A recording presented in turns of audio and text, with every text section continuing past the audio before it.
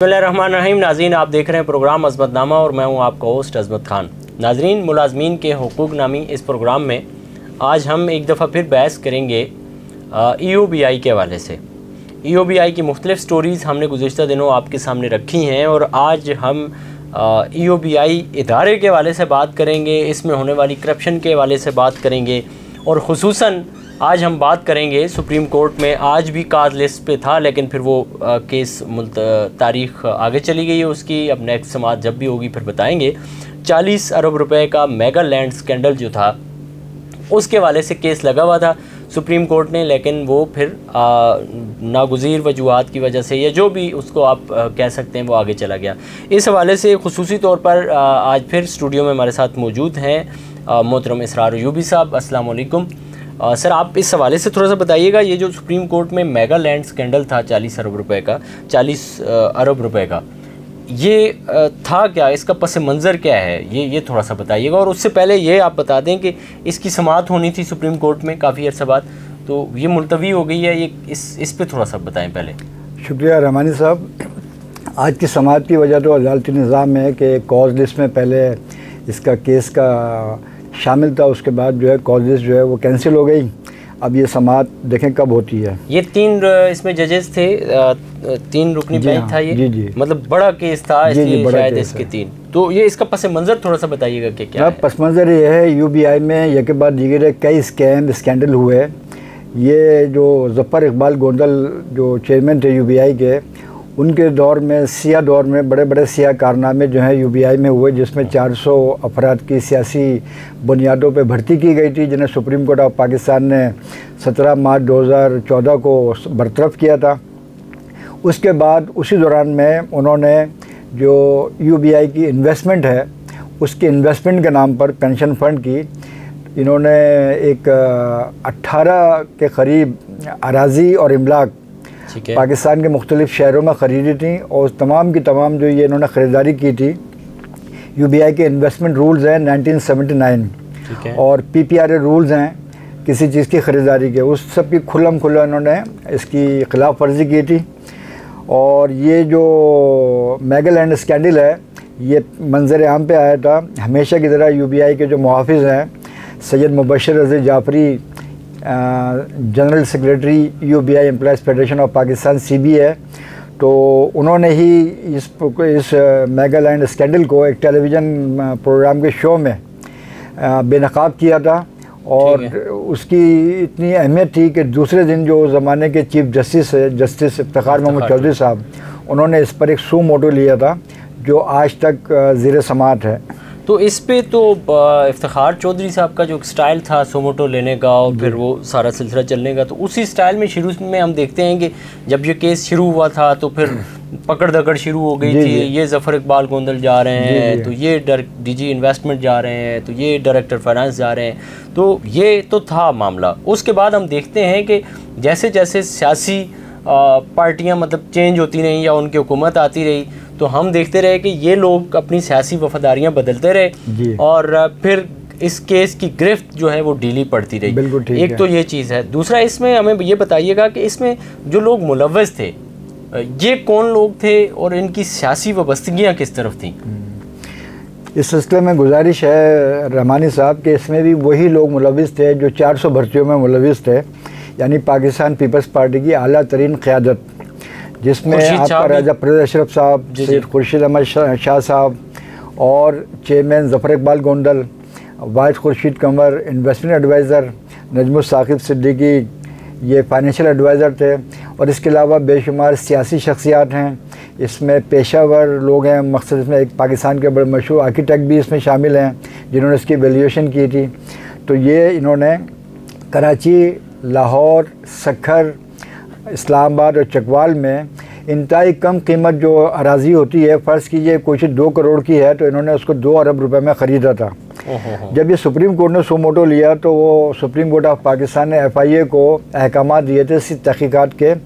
FIA ने इसकी तहक़ीक़ात की और अपनी 32 सफ़हात की जो रिपोर्ट जमा कराई सुप्रीम कोर्ट में, उसमें जो है काफ़ी ऐसे इंकशाफात हुए कि लोग हैरान हो गए कि एक पेंशन फ़ंड में भी इस कदर स्कैंडल हो सकता है। जी हाँ, अच्छा, ये तो था कि मतलब आपने बताया कि इसमें खुर्शीद शाह भी शामिल हैं, फिर इसमें पीपल पार्टी की दीगर क़यादत भी ज़ाहिर है शामिल है, और राजा परवेज़ अशरफ का आपने नाम लिया। जी, तो उनके अजीज़ों की ज़मीन है चकवाल की, दो अराजियाँ हैं, तो उनके अजीज़ हैं। अच्छा, भर्तियों में भी उनके अपने बंदे? जी, भर्तियों में भी थे।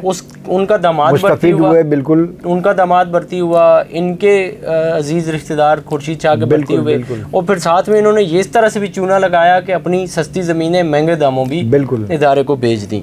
तो इन पे मुकदमात कितने हुए? इन पे जो FIA ने जो तहकीकात की, FIA का तरीक़ाकार ऐसा है, वो किसी केस की पहले इंक्वायरी करती है, इंक्वायरी मुकम्मल होने के बाद बाकायदा एक FIR दर्ज की जाती है। जो FIA दर्ज हुई हैं उनकी तादाद तकरीबन कराची, लाहौर, इस्लामाबाद मिलाकर कुल 18 के करीब जो है FIR दर्ज हैं, और ये तमाम मुल्ज़िमान पहले गिरफ़्तार हुए थे, लेकिन वक्त के साथ साथ ये ज़मानतों पर रिहा हैं।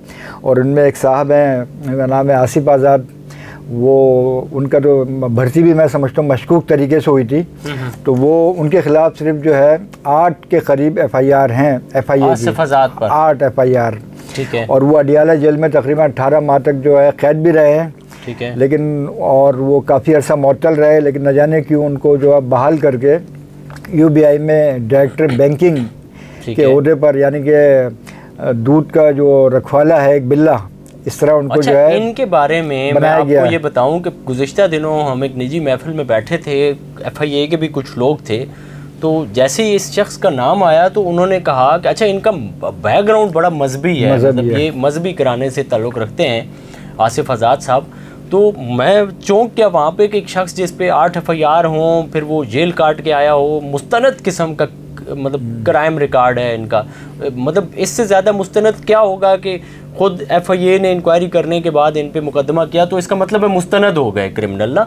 तो मुस्तनद क्रिमिनल होने के बाद इनको उसी क्राइम के चक्कर में एक आला पोस्ट पे बिठाया है, और वो अफसरान FIA के निजी महफिल में बता रहे थे कि हमें जब कोई टिकट विकट चाहिए होते हैं, या कोई ईद पर, छोटी ईद, बड़ी ईद, खुसूस दीगर त्यौहार आते हैं, तो हम इनको फ़ोन करते हैं और ये हमारा ATM है, और ये बाकायदा उनको पैसे वैसे देते हैं। मतलब ये निजी महफिल में FIA के लोगों ने खुद बताया। देखिए, FIA की रिपोर्ट में ये तक लिखा है कि आसिफ आज़ाद जो है अपने जो बॉस थे एक UBI में बहुत ही दयानतदार और बासलीत अफसर से, अब्दुल मजीद साहब, उनके बारे में मैंने भी तहरीर लिखी भी है, ये उनको बाईपास करके फ़ाइलों को बगल में दबा के ज़फ़र इकबाल गोंदल के पास जाया करते थे।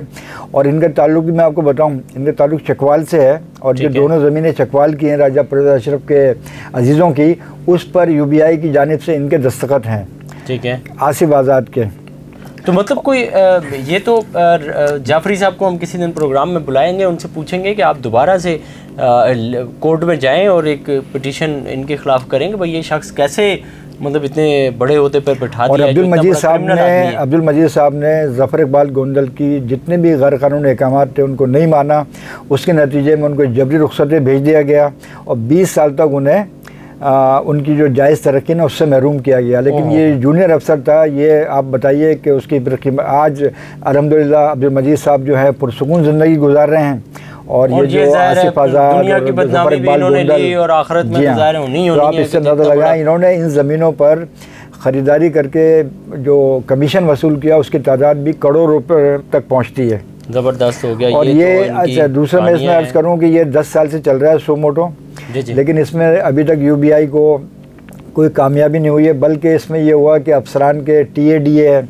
वकील, नामी गिरामी वकीलों ने करोड़ों रुपए वसूल किए फ़ीसों के नाम पर, वैल्यूएटर ने कई मरतबा इसकी वैल्यूएशन की, उन्होंने पैसे कमाए। तो इस मेगा लैंड स्कैंडल की वजह से UBI को नाकाबिल तलाफ़ी नुकसान पहुँचा है, और उसकी वजह से बहुत सारे मसाइल, ये हल भी नहीं हुआ है। ज़ाहिर है अगर अब UBI अभी उस कीमत पे रखता है तो भी उसको मतलब कोई फ़ायदा ख़ास नहीं है, अगर उसको छोड़ता है, बेच देता है, वापस कीमतें वापस उन लोगों को देता है तो भी UBI को नुकसान है। देखिए कितने इसमें चीफ जस्टिस तब्दील हुए दौरान में, कितने सिनेरियो तब्दील हुए, 10 साल हो गए, मतलब कई मुल्ज़िमान जो हैं वो दौरान तहक़ीक़ात, दौरान समाज जो है ना वो अल्लाह को प्यारे हो चुके हैं। तो ये केस जो है ना इस वक्त बड़ा अजीब इसकी सूरत हाल है कि, और अभी काज लिस्ट पे आया और फिर हट गया। तो ये सूरत हाल है। अगर UBI को बचाना है तो सिविल सोसाइटी को किरदार अदा करना होगा, ट्रेड यूनियंस को किरदार अदा करना होगा, जिस तरह से मुबशर रज़ी जाफरी साहब ने किरदार अदा किया और एक शख्स ने वो कारनामा सर अंजाम दिया है कि जो शायद उनसे उनके कद काठ से बढ़ कर के ये उन्होंने मेहनत की है और इतना बड़ा केस लेकर के वो आगे आए हैं और इतनी बड़ी करप्शन उन्होंने पकड़ी है, खामियाजा उन्हें बहुत भुगतना पड़ा। जाहिर है उन पे भी बहुत बड़ी उन पे हुई। बहादुर बेबाक आदमी है। ये तो आप इससे बिल्कुल एग्री करेंगे कि दीगर समाजी तंजीमें जो हैं उनको किरदार अदा करना चाहिए, ट्रेड यूनियंस, लेबर यूनियंस, इनको किरदार अदा करना चाहिए और इस केस में एजेंसी की पिटिशंस फाइल करनी चाहिए, दरख्वास्तें देनी चाहिए एजेंसी की, ताकि ये केस ज़्यादा से ज़्यादा तेज़ी से चले और ये जो लोग हैं, क्रिमिनल्स हैं, ये कैफरे किरदार तक पहुँचें और मेहनत कशों का ये पैसा बच सके। इसी के साथ अपने मेज़बान अज़मत ख़ान को दीजिए इजाज़त। अल्लाह ने के बाद।